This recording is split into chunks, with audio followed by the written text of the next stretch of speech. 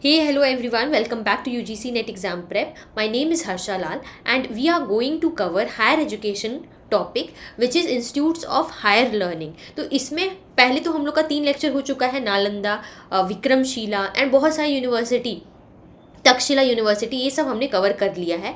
इस लेक्चर में, particular lecture में हम लोग देखेंगे शारदा पीठ, पुष्पागिरी, सोमपुरा, उदांतापुरी, ये सब यूनिवर्सिटी हम लोग डिस्कस करेंगे।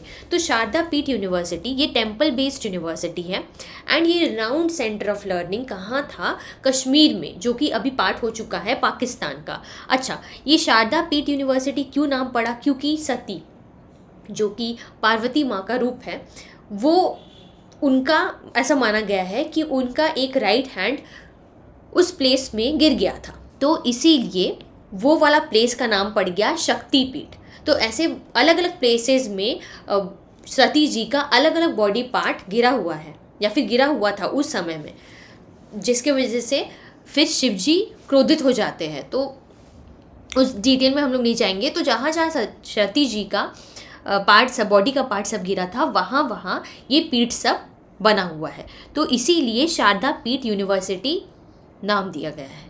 ठीक है, मैनी फेमस स्कॉलर्स यहाँ पढ़ते थे, जैसे कल्हाना फिलोसोफर, आदि शंकराचार्य, बुद्धिस्ट स्कॉलर कुमार जीवा। देखिए ये है प्रीवियस क्वेश्चन, यहाँ भी आया हुआ है कि कुमार जीवा ये कौन सा यूनिवर्सिटी से रिलेटेड है? तो ये रिलेटेड है शारदा पीठ यूनिवर्सिटी से। Then Tibetan translator Vairotsana and Tibetan scholar Thonmi Sambhota. तो ये सब हम लोग को याद रखना है कि ये सब यूनिवर्सिटी से ये सब स्कॉलर्स सब रिलेटेड थे, ये सब यूनिवर्सिटी से ये सब स्कॉलर पढ़ करके निकले हुए हैं। ठीक है, सोमपुरा। अब आता है हमारा next, Somapura university. Somapura university was significant centre of learning, जैसे comparable in size to Nalanda. Nalanda काफ़ी बड़ा था, उससे छोटा ही बाकी यूनिवर्सिटी सब थे। तो सोमपुरा यूनिवर्सिटी भी एक ऐसा यूनिवर्सिटी थे।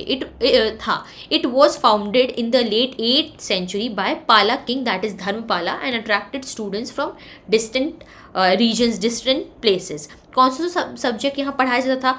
हिंदुइज्म, बुद्धिज़्म, जैनिज़्म, सब सब्जेक्ट्स यहाँ पढ़ाया जाता था।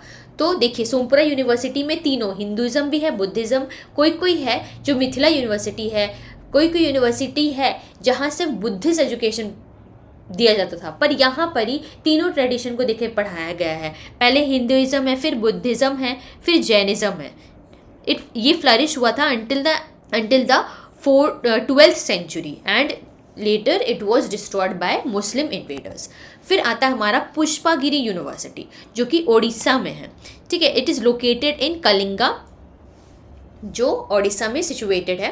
पुष्पागिरी university was founded in final years of BC around the same time as Nalanda. तो नालंदा यूनिवर्सिटी जिस पीरियड में आया था, ये यूनिवर्सिटी भी उसी पीरियड में आया हुआ था। Some believe that it was founded, ये फाउंडेड, अब कुछ लोग कहते हैं कि इनका फाउंडेशन या फिर इनका स्टैब्लिशमेंट किया गया था एम्परर अशोका के द्वारा।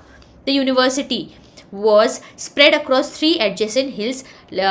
तो यूनिवर्सिटी में जो पिलर्स है, अलग अलग नाम था, Lalitgiri, Ratnagiri and Udayagiri. Offered variety of subjects drawing students from around the world. तो ये याद रखना है कि हिल्स का, जहाँ यूनिवर्सिटी जो एरिया में स्प्रेड आउट थे, वहाँ का हिल्स का नाम था ललितगिरी, रत्नागिरी और उद्यानगिरी। राइट, नेक्स्ट आता है हमारा Udantapuri. Udantapuri long before the kings of Pala dynasty came into power in Magadha. तो यूनिवर्सिटी बहुत पहले का, पाला डायनेस्टी जब आया था उससे पहले का है ये वाला university. Udantapuri could not attain the level of fame and reputation जैसे कि नालंदा और विक्रमशिला यूनिवर्सिटी जितना नेम और फेम कमाया, वो उदांतापुरी यूनिवर्सिटी नहीं कमा पाए थे। फिर भी लगभग 1000 मॉन्क्स वहाँ स्टडी करते थे and students lived there and received education. यहाँ 12,000 students was taught by renowned professor Acharya Shri Ganga, जो कि पहले इसी यूनिवर्सिटी से पास आउट हुए थे एंड देन अगेन वो उसी यूनिवर्सिटी में पढ़ा भी रहे थे। Udantapuri made a significant contribution to spreading the tenets of Buddhism. तो बुद्धिज़्म, उदांतापुरी भी देखिए, यहाँ भी तीनों सब्जेक्ट्स का बात नहीं हुआ है, सिर्फ बुद्धिस्ट एजुकेशन को स्प्रेड आउट करने के लिए ये वाला यूनिवर्सिटी आया। ठीक है, the university even attracted students from Tibet से भी ये वाला यूनिवर्सिटी स्टूडेंट्स अट्रैक्ट करते थे।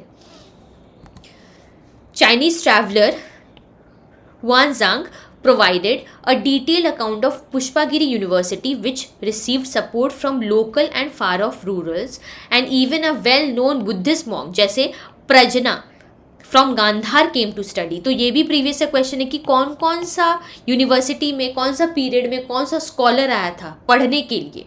तो ये सब बहुत इंपॉर्टेंट है, प्रीवियस से क्वेश्चन में आया हुआ क्वेश्चन सब है ये सब। अनफॉर्चुनेटली ये भी यूनिवर्सिटी क्या है कि रूरल मुगल पीरियड में, मुस्लिम रूल में ये वाला यूनिवर्सिटी भी सपोर्ट नहीं मिला उस टाइम पीरियड में, तो ये भी यूनिवर्सिटी डिस्ट्रॉय कर दिया गया था। लास्ट हमारा आता है Nadia. Nadia is situated at the confluence of Ganga and Jalangi rivers in Bengal, और इसका पुराना नाम, पहला नाम था नवदीप। ठीक है, याद रखना है, नवदीप इसका पहले नाम था। Education in Nadia university was imparted at 3 centres. तो यहाँ का क्या क्या नाम है, वहाँ रत्नागिरी, पुष्पागिरी वो वाला था, और यहाँ पर ही क्या क्या नाम है, नवदीप, शांतिपुर एंड गोपालपुरा। ठीक है, ये 3 सेंटर्स ऑफ लर्निंग थे और इनका नाम इंडिविजुअल नाम है। अब लिरिक्स ऑफ गीता गोविंदा भी इसी यूनिवर्सिटी में लिखा गया था। School of logic owned its existence to Raghunatha Shiromani. तो स्कूल ऑफ लॉजिक जो है वो उस चीज़ का ओनरशिप किसने लिया है, रघुनाथ शिरोमणि ने। And learning and efficiency in discussions was considered to be an essential qualification. मतलब सिर्फ लर्निंग नहीं करना है या फिर डिस्कस भी करना है या फिर डिबेट टाइप का भी, टीचर को सब चीज़ होना चाहिए, उसको नॉलेज भी आना चाहिए, उसको डिस्कस करने भी आना चाहिए, उसको पढ़ाने समझाने भी आना चाहिए। सो तभी वो यूनिवर्सिटी में वो टीचर बन सकते हैं। तो ये नादिया यूनिवर्सिटी में ये सब क्राइटेरिया था टीचर को रिक्रूटमेंट करने का। Right, so this was all about today's lecture. I hope you like the lecture. अगर आपको फिर भी कोई भी डाउट हो, कोई भी क्वेश्चंस पूछना हो, कमेंट कर दीजिएगा।